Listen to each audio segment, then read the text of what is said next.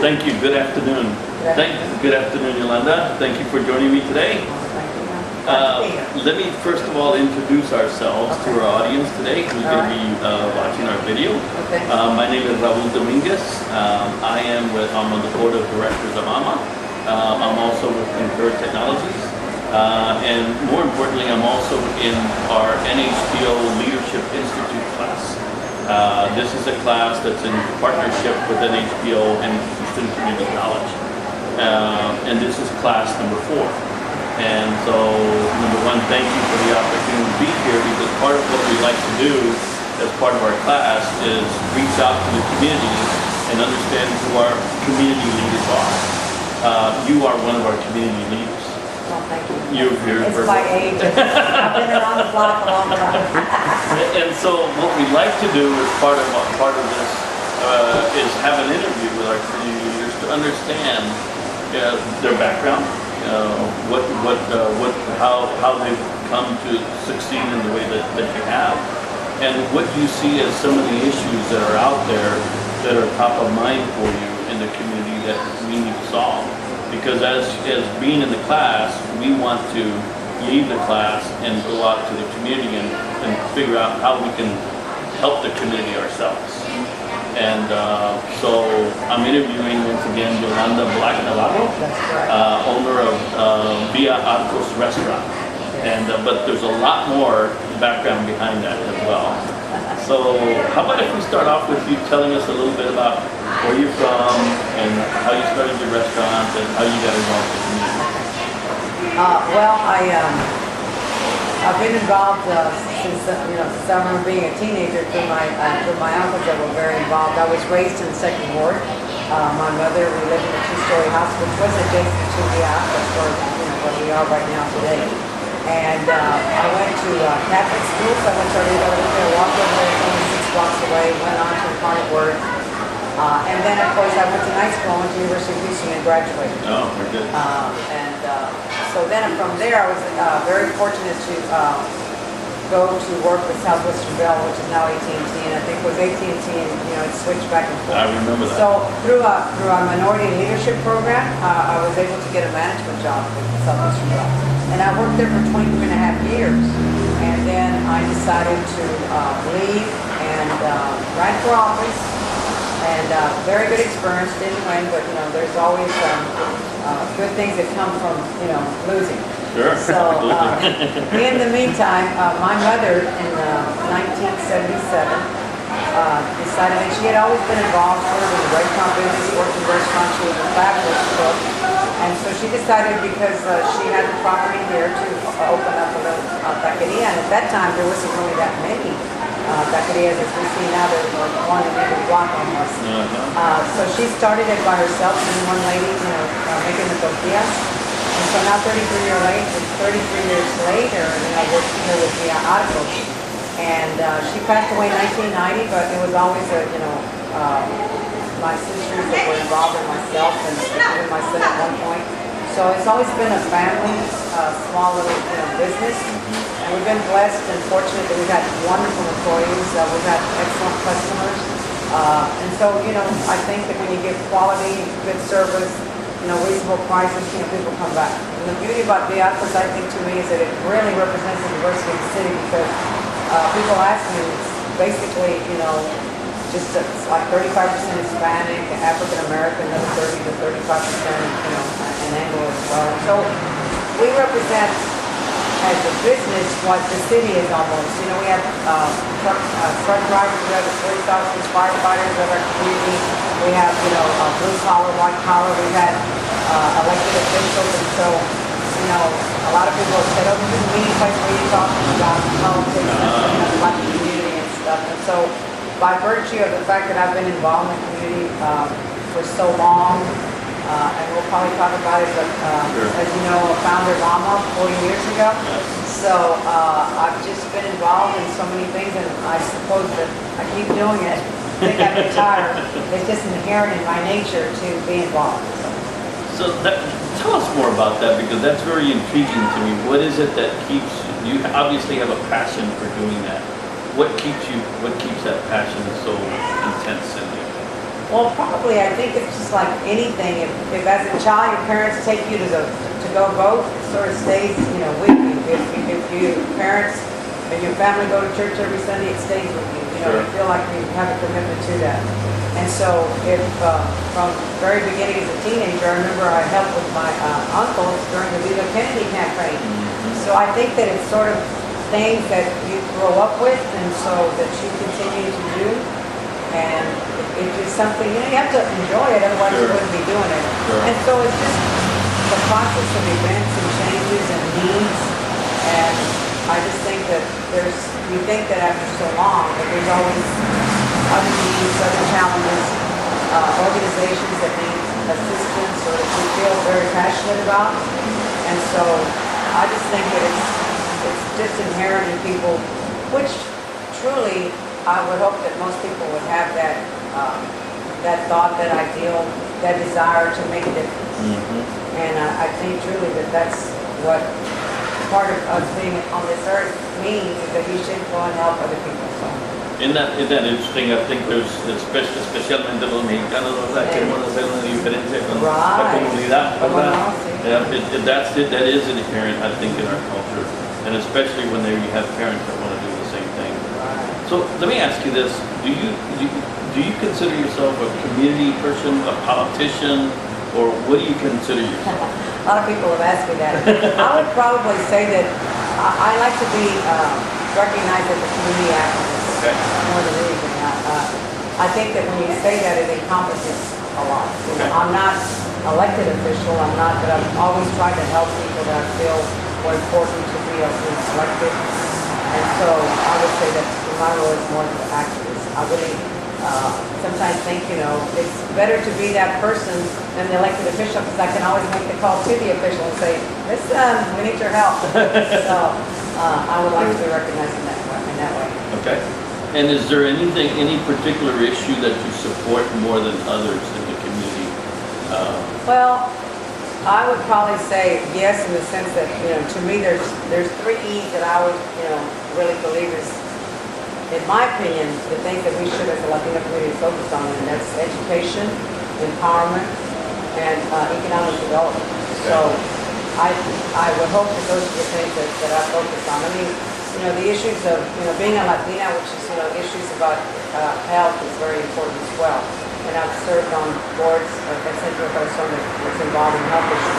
So I suppose that when I say empowerment, or, sometimes all of that is encompassed in everything that we do to a certain extent. So I think those are the things that I focus more on. Okay. We haven't been involved in AAMA. Obviously, I know that you have. That's some of the education part of the passion there. Tell us a little bit more about your idea and of you starting AAMA. You were one of the founders of AAMA. Yeah. Tell us a little bit more about how that happened and why you did that. Well, ironic, I suppose, to a certain extent, but where we're sitting here adjacent to, prior to Villa Arcos, this used to be a lounge. And so at that time I was, married, and my husband had friends. In fact, one of them was, of course, the Lorenzos, which everyone would recognize as Nika. And Nika, her son, Raul Lorenzo, and some of their friends, they were all, came together, and I think they were just, sitting down and talking and probably having a beer. And I was at that particular meeting at that time. But I think they just started talking about, this neighborhood, and they were all, went to high school together. They, just were involved in different activities. And I guess from that concept and knowing some of the other guys from the neighborhood, the people that we knew, we just knew that there wasn't enough here to keep our kids occupied. And, they said, well, let's do something. So we started with a recreational center. In fact, that street, Macashan, is just not too far from here, about 9 blocks. It was called Macashan Church, and they had a little building there, and so they let us use it. And we just started by having activities for kids after school. So we talked to people ourselves, probably went and bought games and things, and so we kept them occupied there, and that's how it all got started. It was just from people sitting down and saying, hey, we want to make a difference.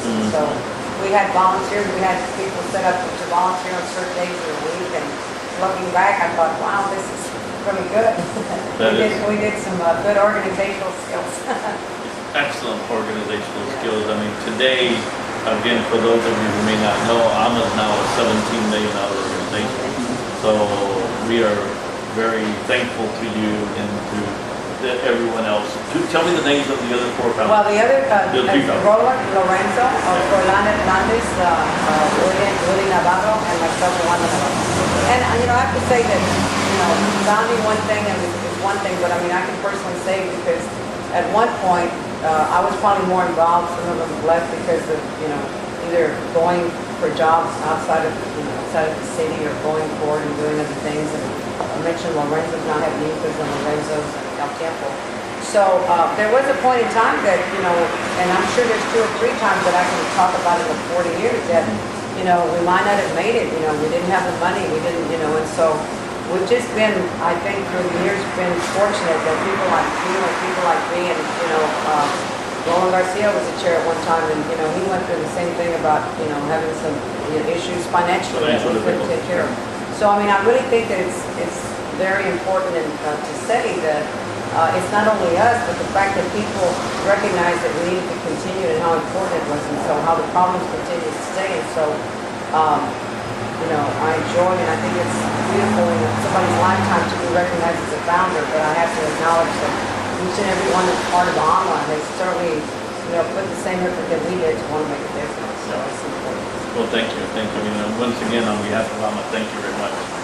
Tell us more about what some of the other organizations that you've been involved with that you mentioned. I know you've been involved in many. So what stands out in your mind as some of the organizations or activities that you've been involved with? Well, probably, I suppose, from longevity, one of the ones that is really very special to me is we formed an organization called the Navigation Area Business Association. We did that way back in 1986 when they opened in Mercado down the street, and there was shops, and it was, it was the expectation of being something really different and exciting.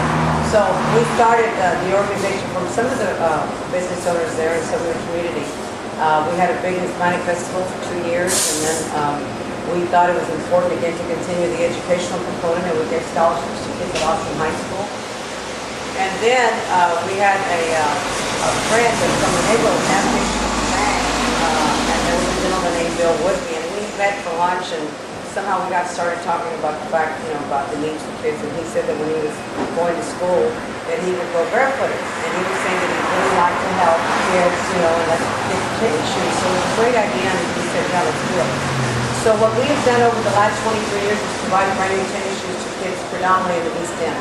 We started at Ripley with 50 families the first year and gave them food, a nice dinner, and the shoes. But I think that that's, one of the closest ones to me in the sense that it gives you joy. And we'll do it again this year on December the 16th. And hopefully give about 2,000 pairs of shoes. That is something that you see, it's one thing to visually see people and kids and, seeing a difference is really amazing. So that's been one that's been really very close to me, Navigation Association. I served on the Houston Parks Board. I just left them. And I served there under 3 mayors. It was one year that was appointed me, and then Rick Brown and Bill White. And I just, I think it's important that you need to make change. And I thought that with our mayor and his partner, which, I'm supported and very proud of what she's doing, would give her an opportunity to appoint somebody new.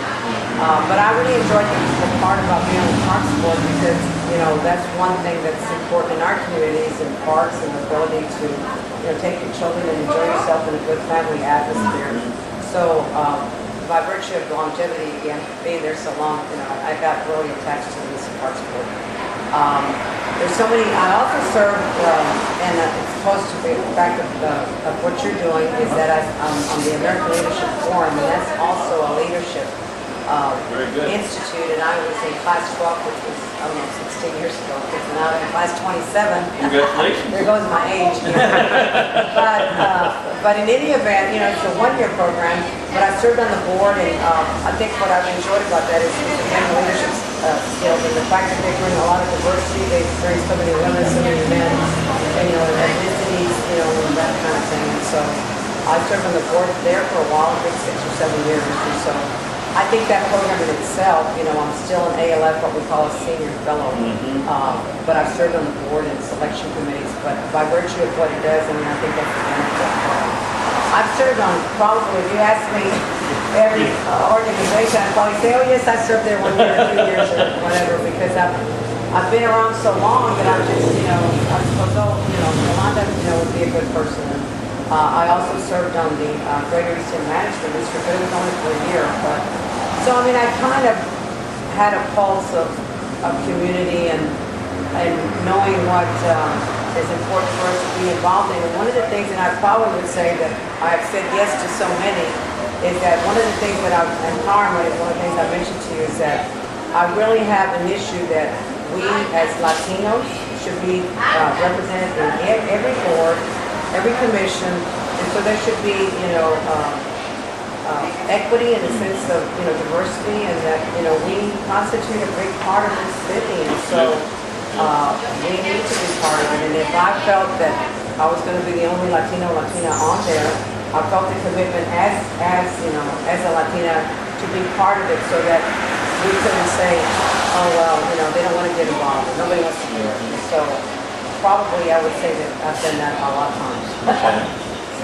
Is looking back of all the organizations you've been involved with, is there anyone that you said, gosh, I wish I had an opportunity to be involved with that one, but I haven't been? Anybody like that? Or any organization? Oh my. Well, I don't know that I can say that. Because, I served on United Way for a while. I think it's a great program. I've served on the Eastern Management District. I've served on the Buffalo Bayou Partnership with Girl Scouts. So I really can't tell you of any organization. There's so many that I feel that I should have been a part of. Personally, I probably would say there's some organizations that I wish that we as Latinos had been a part of. Okay. So tell me more about that. Who would that be? That's a good point right there. Well, and again, I can't give you specifics, but I would probably want to make sure that, and when I mention some of these, I don't know about who's on there, and I hope there are Latinos on those boards, but, think of the major organizations or the major boards or commissions. For example, Metro now, we're very blessed to have a Latino as the Metro Board Chairman, and so that's good, we're represented. The Port of Houston has one Latina, and I would hope that we continue to have a Latino, because that's the only one out of 7 in the Port of Houston. Those are major boards and commissions and sports authorities. Anything that involves the city and that we, as say taxpayers, part of, and we should also be sitting at that table. I always think that major corporations, whether it's the Exxons, the Shells, Chevrons, any other organizations, that we should make sure that they appoint Latinos, to represent the community. And so I'm sure the American Red Cross, the United Way, Economic Center, have a good Latino that serve on the boards. I would say that make sure the YMCA's, the YWCA's. Yolanda, perdón, antes de irse le quito el candado a aquella porque le eché candado. Para que no vaya doña María. Perdón. Can you The cut nature that of out? where we are, that's okay. We're in the neighborhood, so that's right. Can you edit that part? Everybody's I'm gonna shouting. keep that in. What are you talking about? Oigan, por favor, que arregle esa puerta porque en la mañana me da miedo entrar por esta. No, ya que ella le echó seguro. Está bien, siempre lo arreglo porque me hacen eso. So one of the things that organizations struggle with is setting direction, setting clarity around objectives. Would you agree with that? Oh, absolutely. So what guidance would you give organizations around how you've seen organizations being successful in doing that? I think it's very important to establish a mission, to know what your goals are, to continue to make sure that you're following your mission, and that that directors and boards. I think that sometimes there is, at first I'm talking about nonprofit versus profit, profit. But I would say that they constitute the same principles. Is that everybody has to be on the same track when it to the mission of what you're doing. Whether it's a nonprofit. So So I think sometimes, as in everything, politics get involved, and who's the chair, and what is the director, and so if you lose sight of what your mission is, then you're not going to be as effective as you should be. Granted, I think another thing that's always important is that, from a financial standpoint, that, we always, be aware of our finances, aware that, we have a commitment and a fiduciary duty, and that we either audit or have a good controller, have a good treasurer, because I think sometimes, and if we're referring strictly to Latino organizations, is that because of that, there is a tendency that, some organizations fail, and, so we don't want to establish a reputation that's based on the fact that we didn't administer our money effectively, or that, something was not done correctly. So I think that I would just say, make sure your mission is correct, make sure that your board knows what their responsibility is, what your director and president knows the responsibility, what your end goal is, to have guidelines, and so that you can, say, what are we doing here? Let's have a 1-year plan, a 5-year plan, and stick to that plan, because once you change it, then it just becomes, fragmented, and so everybody has a different view. And so I just think that, there's always important that there be everybody on the same page. Agreed.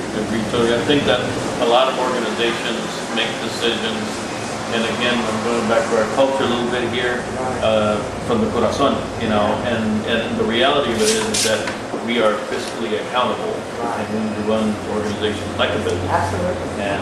And sometimes it may not be what feels good to do, but it's those tough decisions. Well, it is tough, and so I have to say that, we have to make sure that we're willing to do that. Sure.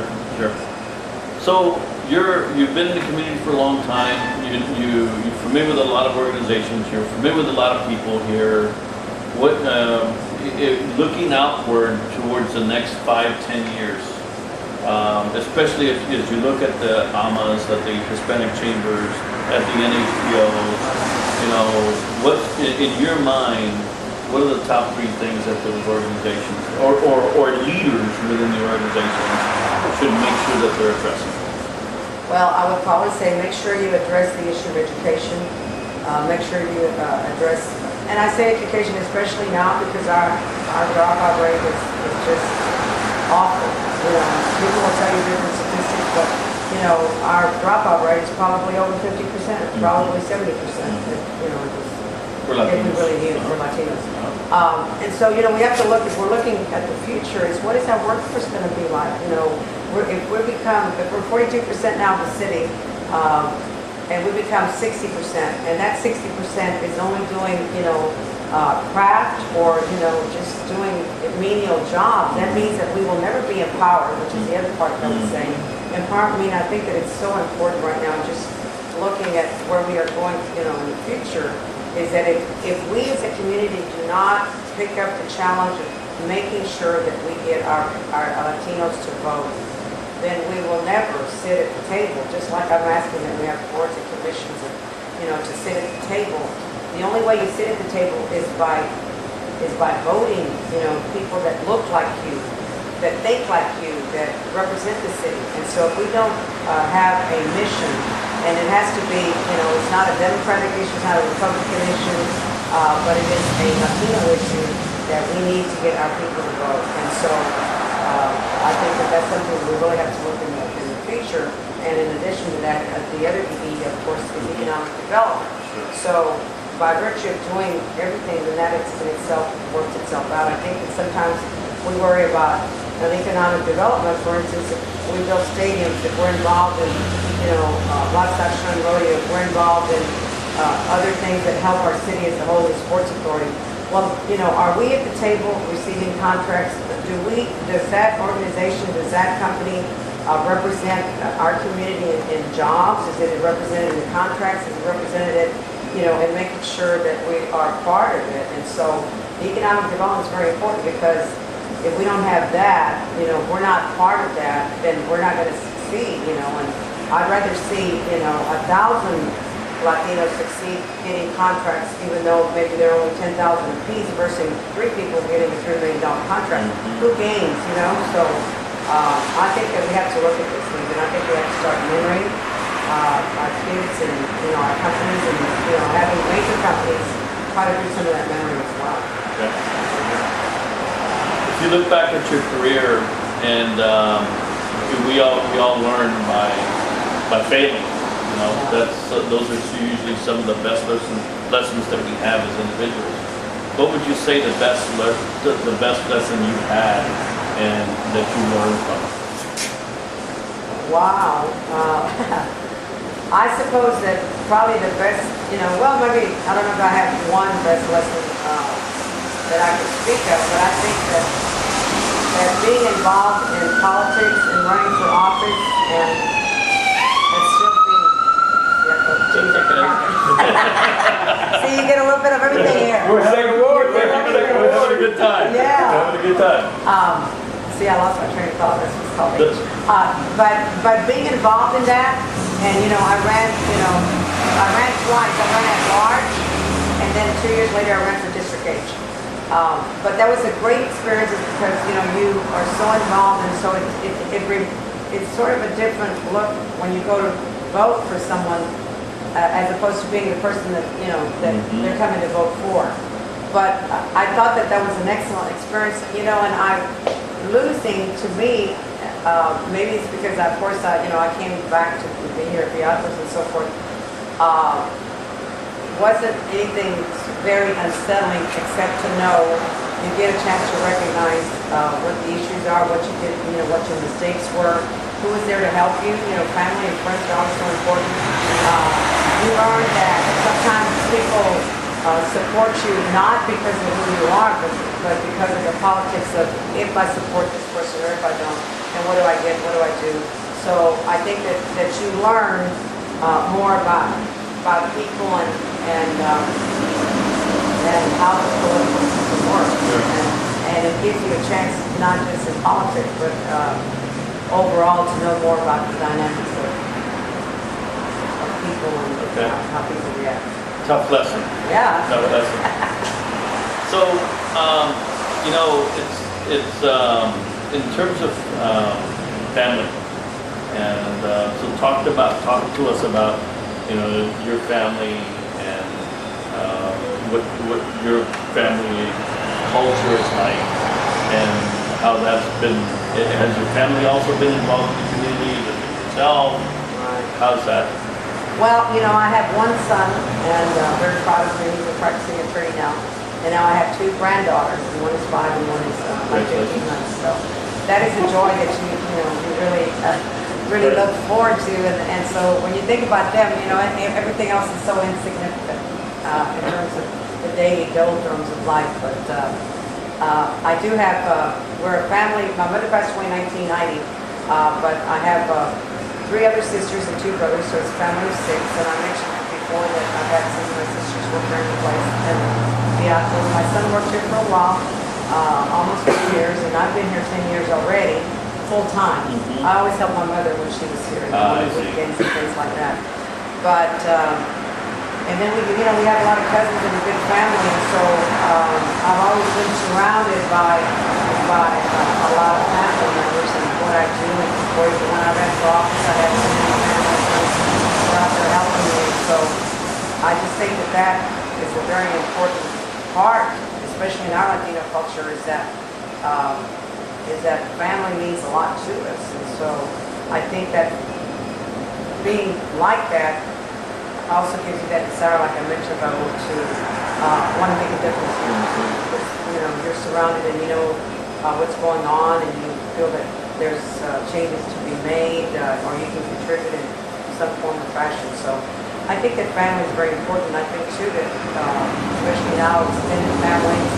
I think at this point that I talk about education of children, and I try to tell people, since what are we going to do, what are we going to do? We have to recognize that there's a lot of single-parent families now, as opposed to 40, 50 years ago, where we got mother and dad, and they're working 2 or 3 jobs, especially now in this economic times. And I think that we have to recognize that the only way we're going to be able to help kids in education is to be mentors. We almost have to go one by one and take a child and mentor them, because that is the only way we're going to be able for them to succeed. Their parents, most of them, as much as they want them to make sure that they finish, don't have the time to help them with their homework, don't have the time to, be that involved in the school, can't go to PTA meetings, and kind of going off. No, that's okay. But I think that that's some of the things that we have to look at in making changes, and I think that there's the only way we're going to be able to educate our kids. And family is important, and I think that we need to look at not only our, family, but our extended family, and say, how are we going to make this familia, be better and do better and be able to have a good economic life. I consider the whole community, not only our personal families, but the whole community of family. And I think that as Latinos, we struggle coming together on a cause and uniting ourselves. Do you agree with that? Oh, absolutely. And especially when it comes time for things like voting. Any ideas around that? What do you worry on how we can become more united, more focused? And because we are the majority, we're going to continue to grow, but yet we're not leveraging the numbers that we have. Well, I do have a lot of ideas. I think that, for instance, a lot of our community, a lot of our Latinos that are becoming citizens, and I know that they can register to vote immediately. I think that there has to be a system of follow-up. If we had a master list of those that just became, because their desire to vote is so strong, because that's one of the things that they look forward to, for instance. And so I think if there was a follow-up with that group, I think that we need to focus on our, 17-and-a-half-year-olds to say, when you're 18, you're going to have one of the most beautiful things you can have in life is the ability to vote. If we could, target that, we've lost, to be honest with you, in the last probably 10 years, we've lost a good segment of that voting, which is what has hurt us, now, it's hurting us now. Because we didn't do that back there. If you look at, I would probably say, and I'm not an expert, and I'm sure that some of the people, could give us more insight into it. But if you look, I would probably venture to say that the 18 to 22 to 25 probably do not vote as much as they should. Probably most people from the age of 45 to 60 and second and third generation, probably 75% of this vote. But I think that I would focus on the students. I would focus on the citizens, newly citizens, and I would focus on a continuous dialogue about voting, because what we do is there's an election, and 3 months before we say, oh, by the way, I think we better start empowering our Latinos to go out and vote. Well, you can't do that because, I will tell you, I've had professional, educated Latinos say, I'm not going to vote because I'm upset with everybody and I don't think there's a qualified candidate. Well, that in itself, if you're thinking that way, then, we will never be able to say that we were the ones that, turned the tide for our community and we have, more representation. So I think it's a combination of a lot of things, but I just think that, there has to be, just like we talked about organizations, you have to look at it as an organization. And what is our mission? Our mission is to have people vote. And what is, and how we're going to attain that. And our unity as elected officials, as community leaders, as organizations that are there to help people vote, we need to all be on the same page. And we shouldn't worry whether they're going to vote Democrat or Republican. They're going to vote. Just vote, right. That is the most important thing. Isn't it funny? It all seems to revolve around the same theme, and that's education. We're back to that. When educating the Latinos, or the impact that they can have, how to do it. It's all educating the population. And it may be a different flavor of education and everything we're talking about, but there seems to be a common theme here. It is a common theme, and so I just think that I know it's difficult for people because we all have, to take care of ourselves and make sure that, we have our generation of income and the ability to do what we do as individuals. But I think that we need to realize that we're not coming together like we should. Yeah. And I'm sure this statement could be said, not only in Houston, but throughout the country. I agree. And so I think that we have to, realize that if we don't do anything, we're going to be in a situation where we're the majority, but when it comes, and I think to me it's sad that other people will mock us and say, oh, but you didn't vote. Right. And so, The numbers are there, but we're not taking but we're not advantage. taking advantage of it. So I think that we really have to make, a better, if we lost, a generation, let's not lose another one. And so let's start thinking about it and really focusing on that. I think that if you ask me what's the most important thing today that we should do is to educate our children and educate our people to vote. Okay. Somebody that wants to start their own business, guidance, would you do it again? Is it, and if yes, or, what is, again, guidance that you would give to somebody? Well, the answer is yes, I would do it again. And I would say that at this point in my life, I wouldn't do this again. In the sense of starting again, like, me going from here, because people have asked me, will you franchise and those kind of things. And, I wouldn't do it. I mean, one thing that I value about Villa Arcos is that it's so unique. And, it's established, we call it like a little hole in the wall and a little red house. Yeah. But it's almost... And the food is good. Yeah, and the food's By the way, I just had it. yes. And so it's somewhat, and I really value history, and I value, us maintaining, historical buildings or history, overall. So we almost want to be viewed as, and we probably are at this point, almost like an institution in the sense that we've been here so long. And what we represent and the politics of myself, I suppose, is part of it. But in answer to your question, I would say that if you really have a desire to open a business, all I would just say is that everybody thinks that opening a business is a piece of cake, and we can do it. But you really, and I would say, at this point, especially now with technology and the internet and everything else, you really have to, number one, make sure you have a good business plan. Make sure that you know what your product is. And I always tell people, you hear the stories of people opening up with, $100 and stuff. Well, that's not true hardly anymore, and how the internet got started and all that. But like, for instance, as a restaurant, if somebody, came to me and says, look, I want to open a restaurant and I'm a great cook and I have family that's going to help me, what do you recommend? And I would say, well, do you have $100,000? Because one, you're going to have to find a place and the rent is very high. Number two, costs are so high. Number three, that, it takes a while to establish a business. Everybody says, gosh, Yolanda, you have a lot of business and, we're blessed to have what we have. But I tell them, but just remember that we've been here 33 years and you can't expect a business that's only been around 1 year to have the same business. And I would think it'd be wonderful that some people can do that, but it's, it's very rare. One of, say, out of 500 restaurants, maybe that could happen. So I would say that just to make sure that you have enough money that you can sustain yourself for 6 months, so you're not pulling money out of your, out of your restaurant or, out of whatever business. And so I would just say that, if you have the desire, the commitment, and know that it's like you're going to do it, this is a 24/7, this is not something that you're going to, just kind of be watching and seeing and, oh, I'll see you later because I'm going to go do something else. Our business is during the day, so my excuse, it's not an excuse, but I can do things in the evening versus the person that's open, say, Some of your community functions, right? That's when I do my There you go.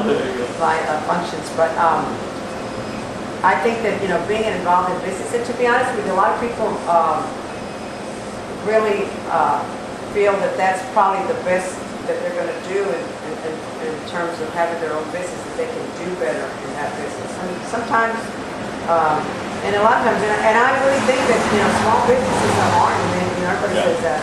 It's the heart of this, country, and how we've been able to maintain the mom and pops are not around as much, unfortunately, but I think that if you, have the desire and you have the will and you have the financial resources and people to support you, and you have a good product, you can't just decide that this is a product. Well, did you investigate? Did you check the market? Are you going to have clientele? Are you in a good place where you're going to have this service or this company? Are you going to be able to broadcast it? Are you going to have those? So, I mean, I'm saying it's a lot of things. It's not just that you decided, after one drink that you said, oh, okay, I'm going to open up a business tomorrow. It's, you really have to think about it because, any business is difficult, and so I support it. I think it's very important, but I think that sometimes we have a tendency to think it's a piece of cake. Underestimated. Yeah. Yeah. You've accomplished a lot of things. What would you still like to accomplish that you haven't done yet? You have a goal still, an unaccomplished goal, a list of 100 items, and you maybe mark 99 of them off, or... Well, I tell you what, I mean, I've done so many different things, I can't say that there's nothing. I mean, another thing I would want to do, I would like to see, and not that I want to do it, but I really would like to see a greater unity within our Latino communities to support fellow Latinos and Latinas in positions and boards and commissions. And if we have a qualified candidate to run for office, we have a qualified, person to do something, then I think that we need to recognize that and not be worried about, well, this is this and that is that. No, they're not going to be good for this side of the house or that side, I think that we really have to understand that if our mission is to be able to be empowered, then we really have to sit down and say, how do we become empowered? Do we become empowered by having one person, or do we become empowered by having 10 different Latinos that are male, female, whatever religion, whatever gender, whatever, and does that make us, having 10 like that versus one? Well, I mean, I think that if I could do the math, it would make sense that if you have 10 people that in some form or fashion it's going to work better as opposed to having one. So it's not a goal, because now at my point, my goal is to kind of start doing some of the things that I enjoy. I used to love to read books. I haven't had a chance to read books. You still read a book, okay? I do, and people know that I do enjoy traveling, and I enjoy doing that. I enjoy a lot of the history of. I like to go to places that you haven't been and kind of know the history of different places. I like to see more, the places that I haven't seen in the United States, those kind of things. My thing probably at this point in my life, my goal would be to end it in terms of doing things that I really enjoy, spending time with my granddaughters, and maybe just by virtue of what we're doing today, what you're doing, and leadership opportunities for so many people, that if I can be a source of information, that would probably be my goal at this point. Thank you. I've learned a lot from you today, and what I'd like to end this with is an invitation to you. Okay. An invitation to consider the possibility of coming to one of our leadership classes one day and sharing your experience with our students and our future leaders. Both from a Leadership Institute standpoint and even coming back to AAMA and talking to the kids in the high school there as well. And I want to thank you so very much for the time that we spent today. I've only talked too much. No. You were perfect, actually. You're a very highly respected Houston community leader. That's why we're here speaking with you, because we need to step up as the leaders of the community. And who better to learn from than our mentors? You're our mentor. So I want to thank you. And you'll be one too. Thank you very much. You are, I'm sure, right now. Thank you so much. So I Thank want to you. thank you for your time Absolutely. today. All right. Absolutely.